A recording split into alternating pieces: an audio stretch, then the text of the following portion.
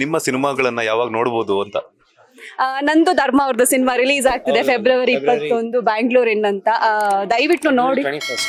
Feb 21 ನಮ್ದು ಬ್ಯಾಂಗ್ಳೂರಿನ cinema release ಆಗ್ತಾ ಇದೆ. ಅಂಡ್ ತೂಫಾನ್ ಅಂತ, ಅದು KRG ಸ್ಟುಡಿಯೋಸ್ ಅವ್ರು ರಿಲೀಸ್ ಮಾಡ್ತಿರೋದು. ಬಹಳ ಅದ್ಭುತವಾಗಿ ಬಂದಿದೆ ಆ ಪ್ರಾಜೆಕ್ಟ್ ಕೂಡ. ಅಂಡ್ ಲವ್ ಯು ಸಹಾರಾ ಅಂತ, ಅದು ಮನಾಲಿನಲ್ಲಿ ಶೂಟ್ ಮಾಡ್ಕೊಂಡ್ ಬಂದಿದ್ದು. ಸಹಾರಾನೇ ನಾನು, ಲೈಕ್ ನನ್ನ ಮೇಲೆ ಇರುವಂತ ಒಂದು ಕತೆ ಅದು ಬ್ಯೂಟಿಫುಲ್ ಆಗಿದೆ. ಅಂಡ್ ದ ವೈರಸ್ ಅಂತ ನಾವು ಪ್ರಿಯಾಂಕ್ ಒಪ್ಪೆನ್ ಅಂಡ್ ಧರ್ಮ ಅವರು ಮಾಡಿರೋದು.